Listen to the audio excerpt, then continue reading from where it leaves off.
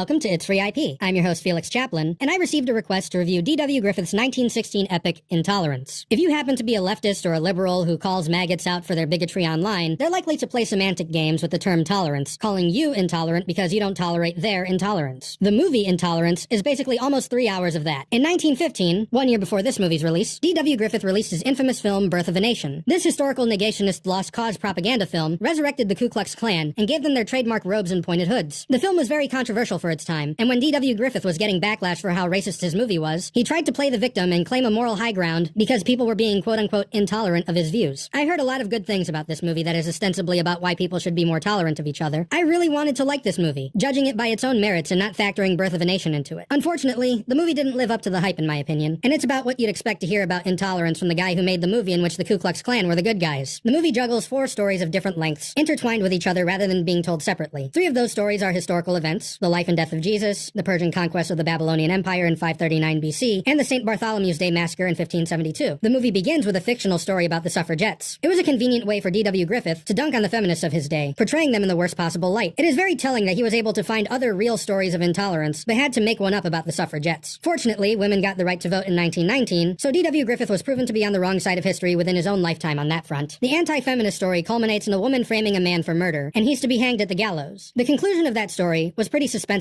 and well executed, pun intended. I watched this movie on the Cult Cinema Classics YouTube channel, and the closed captions in this version contain additional historical context about various scenes. It really came in handy for me, especially since it was already hard to keep track of all the stories, and the only one I had any real familiarity with was the story of Jesus. He was shown transforming water into wine, which is an interesting choice for this movie. Jesus taught about tolerance and helping the poor and marginalized on numerous occasions, but the only one of these stories that made it in was the story of the woman caught in adultery, from the Gospel of John, chapter 8, verses 1 through 11. Then it depicted the crucifixion, and that was all for Jesus. There were some battle scenes in the Babylonian story in which a guy was straight up decapitating people, which was very interesting to see. As for the St. Bartholomew's Day massacre, all I have to say is, yes, queen. Slay. This movie is very well shot, and there are some cool scenes throughout, but it was honestly a chore to sit through. Coming from a guy who likes watching silent movies, I didn't like this one very much. It's very competent from a technical standpoint, but it just failed to grab my attention. Overall, I give this movie a C. But wait, there's more. My research into intolerance led me to finding the movie 3 Ages from 1923, Buster Keaton's parody of Intolerance. It's only 64 minutes long, and it's incredibly goofy. I give Buster Keaton's 3 Ages a B. That's all the time we have for today's video. Have you seen Intolerance? What are your thoughts on the movie? Be sure to let me know in the comments below. While you're down there, don't forget to like this video, share it with the film buffs in your life, go to the Ko-fi link in the description to support our fight against corporate media, subscribe if you haven't already, and ring the notification bell so you won't miss what comes next from It's Free IP.